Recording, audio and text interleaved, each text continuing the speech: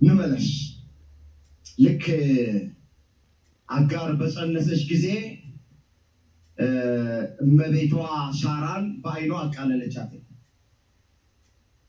ላነበው ፈልጋለሁ። እንደዚህ ይላል። አጋርም ባረገዘች ጊዜ ሳራን በዓይኗ አቃለለች።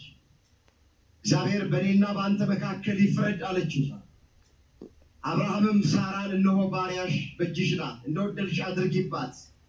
ሳራም አጋርን ታሰቃየቻት። ልክ እንደጸነሰች ባወቀች ጊዜ እንዳረገዘች ባወቀች ጊዜ አጋር በእመቤቷ በአሳዳሪዋ በሳራ ላይ ተቀየረችባት። በፊት ስትጠራት አቤት ስትልካት ወዴት ትላት ነው። አሁን ስትጠራትም አልመልሳለች፣ ስትላክም አልላክም አለች። መጽሐፍ እንደዚህ ይላል፣ ምድር በሶስት ነገር ትናወጣለች፣ አራተኛውን ልትሸከም አይቻላትም። በዚህ በመጽሐፈ ምሳሌ ምዕራፍ 30 ቁጥር 20 ጀምሮ የተመዘገበ ቃል ላነበው ፈልጋለሁ። አስተውሉት ይሄንን ኃይለ ምድር በሶስት ነገር ትናወጣለች፣ አራተኛውን ልትሸከም አይቻላትም። አንደኛ ባሪያ በነገሰ ጊዜ፣ ሁለተኛ ሰነፍ እንጀራ በጠገበ ጊዜ፣ ሶስተኛ የተጣለች ሴት ባል ባገኘች ጊዜ፣ አራተኛ ሴት ባሪያ እመቤቷን በወረሳት ጊዜ። በእነዚህ በአራት ነገሮች ምድር ትናወጣለች። አሁን ሴት ባሪያ አጋር እመቤቷን ወረሰቻ፣ ሳራን ወረሰቻ።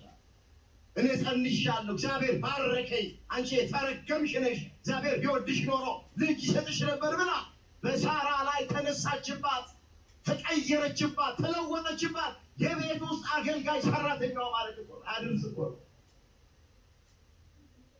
ይህን ጊዜ ሳራ አስወጣቻት አይልም፣ ግን ከቤት ትታላት እንድትወጣ አጋርን በስራ ታስጨንቃት ጀመር።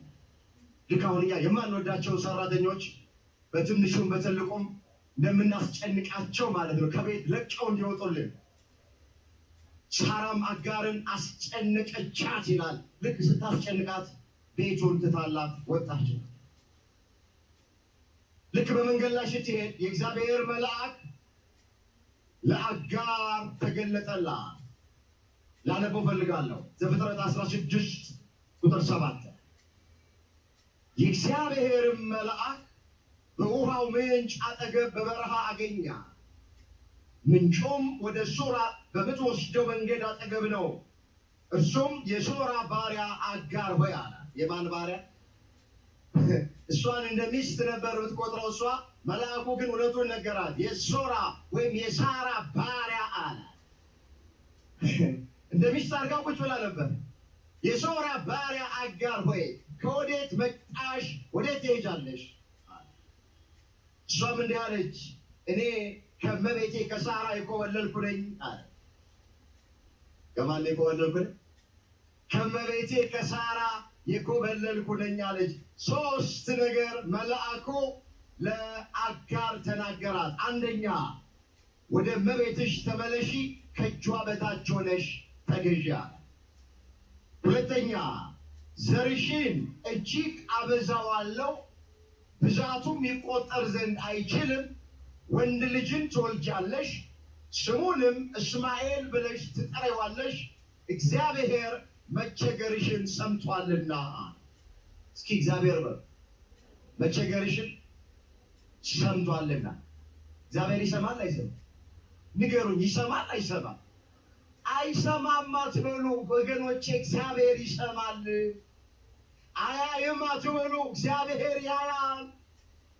የእግዚአብሔር መልአክ ለአጋር እግዚአብሔር መቸገርሽን ሰምቷል፣ እግዚአብሔር መቸገርሽን አይቷል። ወንድ ልጅ ትወልጃለሽ፣ ስሙንም እስማኤል ትይዋለሽ አላት። እስማኤል ማለት እግዚአብሔር ይሰማል ማለት። እስኪ እግዚአብሔር ይሰማል። አሁን እስማኤል የሚለውን ስም ለአሕዛብ ሰጥተነዋል። አንድ ክርስቲያን ልጁን እስማኤል ብሎ ቢጠራ እንዴ አንተ ሰለምክ እንዴ ነው? እስማኤል ማለት ይላችሁ ኤል የሚል ስም አለው እኮ። ስሙ ኤል ማለት እኮ እግዚአብሔር ማለት እኮ። ገብርኤል፣ ሚካኤል፣ ሩፋኤል በእያንዳንዱ መልአክ ስም መጨረሻ ላይ ኤል ኤል የሚል ስም አለ። ኤል ስም እግዚአብሔር ነው። አሁን እስማኤል ስንል ኤል የሚል የመጨረሻው ስም የእግዚአብሔር ስም ነው። ትርጉሙም እግዚአብሔር ይሰማል ማለት። ማን ይሰማል? እግዚአብሔር ይሰማል ማለት። ስለዚህ ዘርሽን እጅግ አበዛዋለሁ፣ ወንድ ልጅ ትወልጃለሽ፣ ስሙንም እስማኤል ትይዋለሽ፣ እግዚአብሔር መቸገርሽን ሰምቷልና አላት። ሶስተኛ እጁ በሁሉ ላይ ይሆናል፣ የሁሉም እጅ ደግሞ በእርሱ ላይ ይሆናል አላት። ከዛ ዝቅ ብሎ አጋር እንዲህ አለች፣ ይናገራት የነበረውን የእግዚአብሔርን ስም ኤልሮይ ብላ ጠራች። የሚያየኝን በእውኑ ደግሞ እዚህ አየሁት ብላለችና። እስኪ የሚያየኝን በእውኑ እዚህ ደግሞ አየሁት። ምን አልኩት? አየሁት። ብቻዋን በምድረ በዳ ሳለች አጋር የሚያያትን አምላክ ፊት ለፊት አየችው። ኤልሮይ ብላ ጠራቸው። ኤልሮይ ማለት የሚያየኝን አምላክ አየሁት።